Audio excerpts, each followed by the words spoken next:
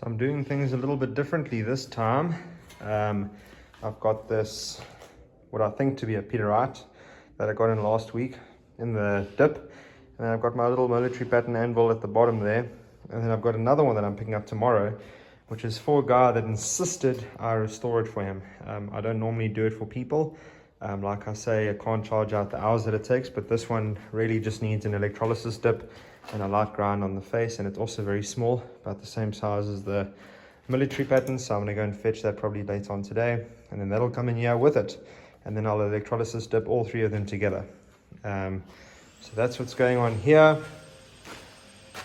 I'm going to fill up the electrolysis dip, and then I will switch it on tomorrow once the other little anvil is in here.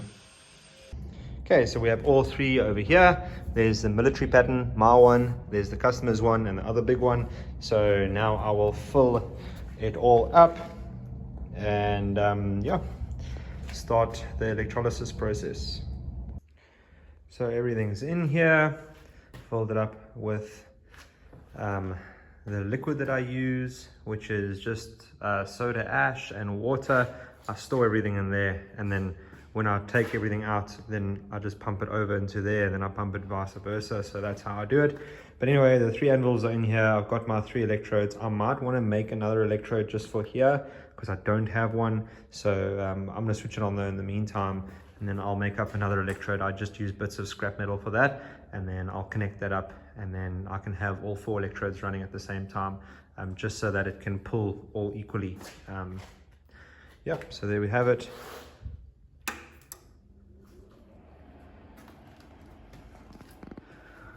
Should be able to see fairly soon. It's starting to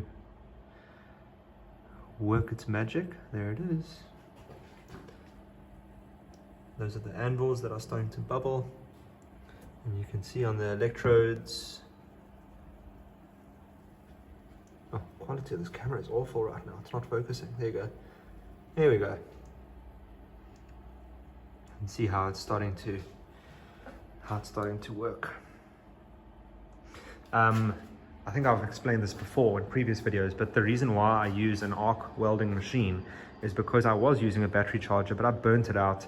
So I don't know if it's just because I was using too many electrodes at the same time, or if my anvils are too big, whatever it might be, but I burnt it out. So I thought, well, there's no ways I'd be able to burn that out. That's made to melt steel.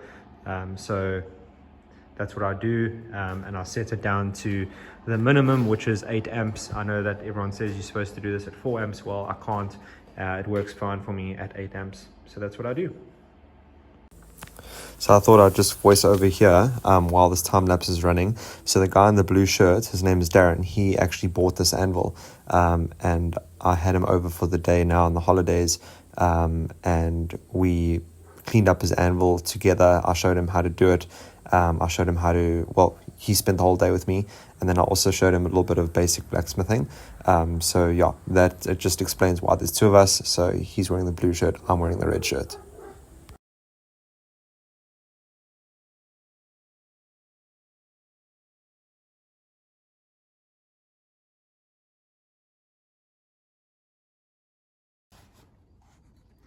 So this anvil is similar to that little Wilkinson Queen Dudley.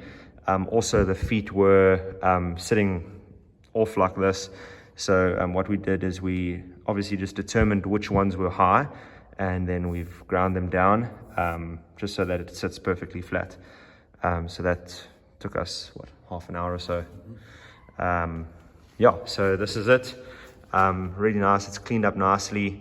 And see that this all is one piece of wrought iron, and then the base is one piece, and then you can see where the weld is over there, the forge weld.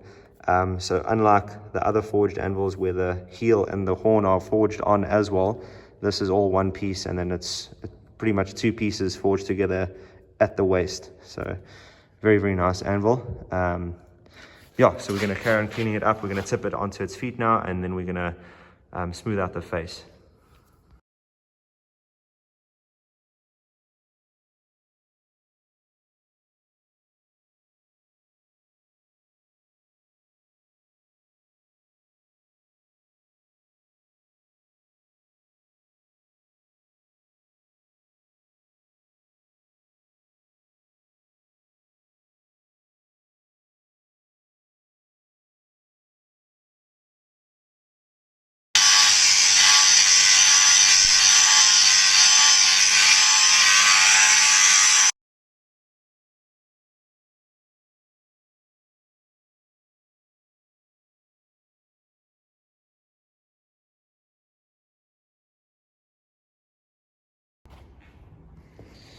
So there we have it. I'm going to use the cup grinder now. There are a few little things that are a little bit too deep to take out, so we're going to just leave them. That's a very good workable surface. So we'll put the cup grinder on now, and then sand with a belt sander or a angle grinder afterwards.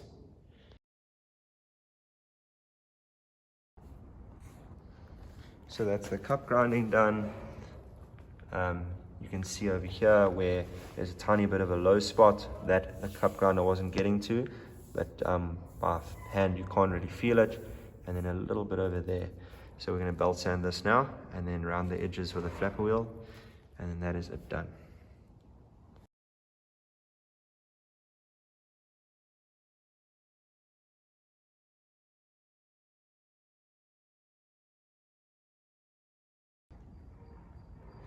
That's it. We went over with a belt sander, and then I had a few low spots that I wanted to work out, as well as that one with the sanding disc on the grinder. And then obviously I got a different pattern, so I just went over the whole thing now with that, and it looks nice. So yeah, but it's very, very smooth, and we are gonna now do a rebound test to see what the rebound of this is like now that the feet are sitting square with the floor, and now that the face is unblemished.